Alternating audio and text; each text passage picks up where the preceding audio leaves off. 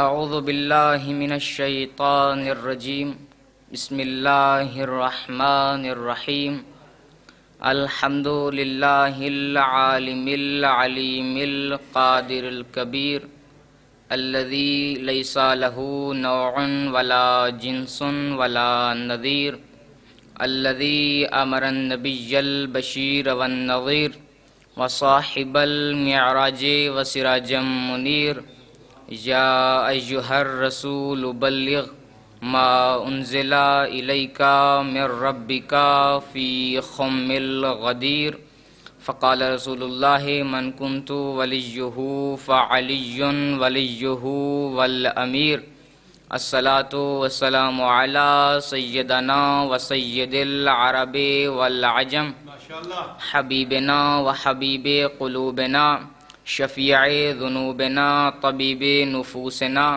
اعنی العبد المعید الرسول المسدد المصطفى الامجد ابی القاسم محمد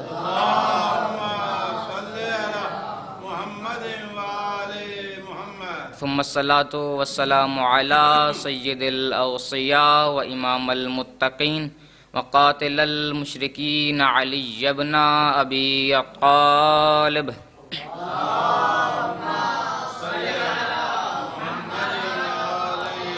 ولعنت اللہ علی اعدائہم ومکسر فضائلہم ومنکر ولایتہم ومناقبہم وعزائہم اجمعین اما بعد فقد قال اللہ تعالی فی کتابہ المجید بسم اللہ الرحمن الرحیم انا اعطیناک الکوثر صلوات اللہم صلی علی محمد وآل محمد۔ نعرہ تکبیر۔ اللہ اکبر۔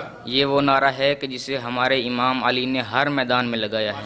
علی والے مل کے نعرہ تکبیر، نعرہ رسالت، یا رسول اللہ کا نعرہ ہماری جان ہے، ہماری پہچان ہے۔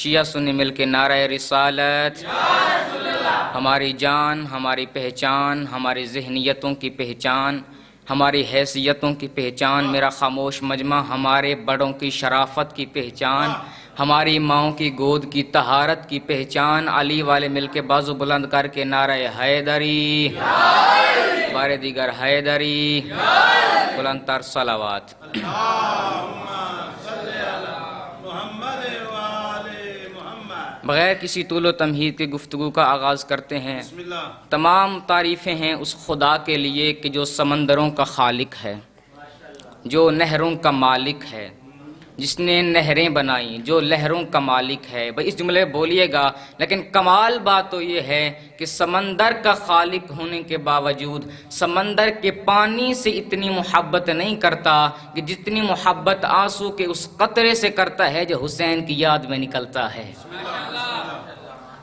سامعین گرامی قدر، اللہ کی حمد و ثنا کے بعد میں اپنی گفتگو کو آگے بڑھاؤں اور پہلا جملہ آپ کی سماعتوں کی نظر کروں کہ آج اس بی بی کے فضائل پڑھنے ہیں کہ جس کی فضائل کی حدود تک پہنچنے کے لیے انسانی ادراک کی حدیں کافی نہیں ہیں، بلکہ جہاں پہ ادراکی انسانی کی انتہا ہوتی ہے وہاں پہ معرفت سیدہ کے آسمان کی ابتدا ہوتی ہے۔ کون ہے فاطمہ زہرا جن کا بڑا بیٹا حسن ہو، چھوٹا حسین ہو، جن کی شان میں نازل مرج البحرین ہو؟ اس کی قدر دیکھنی ہو تو سورہ قدر کو دیکھو، اس کی شجاعت دیکھنی ہو تو احد و بدر کو دیکھو۔ متوجہ رکھے گا، میرے ساتھ ساتھ بولتے رہیے، بولیں گے تو میں پڑھ پاؤں گا۔ کون ہے فاطمہ زہرا جس کی سخاوت کا دہر میں سورہ دہر چرچا کرے، جس کی مادر اسلام پہ اپنا خرچہ کرے؟ کون فاطمہ؟ عصمت کا حصار فاطمہ ہے، عفت کا حجاب فاطمہ ہے، تطہیر کی ملکہ فاطمہ ہے، اللہ کی کنیز خاص فاطمہ ہے۔ ملائکہ جس کے در کی نوکری کر کے عرش پہ جا کے فخر کریں اسے فاطمہ زہرا کہتے ہیں۔ الحمد کی کرن فاطمہ ہے، طٰہٰ کے گھر کی زینت فاطمہ ہے۔ الحمد کی کرن پہ میں پھر کہہ رہا ہوں، الحمد کی کرن فاطمہ ہے، طٰہٰ کے گھر کی زینت فاطمہ ہے۔ کون ہے فاطمہ؟ توجہ رکھیے گا، وہ نبی جو قرآن کی زبان میں کہیں طٰہٰ ہے، کہیں مزمل ہے، کہیں مدثر ہے، کہیں داعٍ الی اللہ ہے، کہیں بشیر ہے، کہیں نذیر ہے۔ اتنا عظیم نبی اس بی بی کی آمد پہ اپنی نبوت والی مسند چھوڑ کے کھڑا ہو جائے، اس بی بی کو فاطمہ زہرا کہتے ہیں۔ یا علی، اتنا عظیم نبی اس بی بی کی آمد پہ کھڑا ہو جائے، اس بی بی کو فاطمہ زہرا کہتے ہیں۔ ماشاءاللہ طلاب اعظام موجود ہیں، وقت کے علماء موجود ہیں، علماء بھی کرام بھی موجود ہیں۔ میں پوچھنا چاہتا ہوں کہ سنت کسے کہتے ہیں؟ بھئی ہمارے ہاں اور بھائیوں کے ہاں سنت میں تھوڑا سا فرق ہے۔ بھائی کہتے ہیں کہ جو نبی کریں اس کو سنت کہتے ہیں، ہم کہتے ہیں ہماری ہاں سنت میں تھوڑی سی وسعت ہے، جو صرف نبی نہیں بلکہ جو معصوم کریں۔ تین چیزیں ہمارے ہاں سنت: قول معصوم، فعل معصوم اور تقریر معصوم۔ یہ تین چیزیں ہمارے ہاں سنت ہیں۔ قول معصوم کہ جو معصوم کہیں وہ بھی سنت، فعل معصوم کہ معصوم جو کریں وہ بھی سنت، تقریر معصوم کہ معصوم کے سامنے کوئی کام کیا جائے اور معصوم اس سے منع نہ فرمائے، یہ بھی سنت ہے۔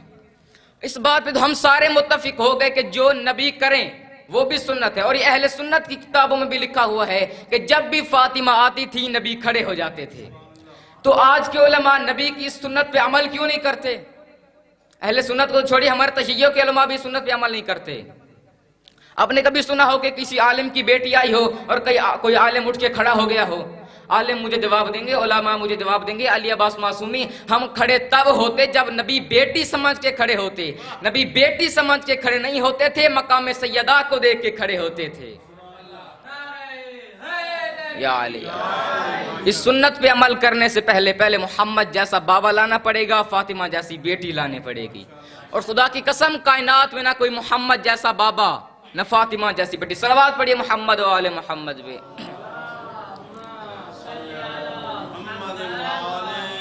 وقت میرے پاس بہت کم ہے، ایک جملہ آپ کی نظر کر کے پھر ممبر آگے حوالے۔ سامعین گرامی قدر، وہ اللہ اتنا عظیم خالق ہے کہ جب بھی عطا کرنے پہ آتا ہے تو کمال کر دیتا ہے۔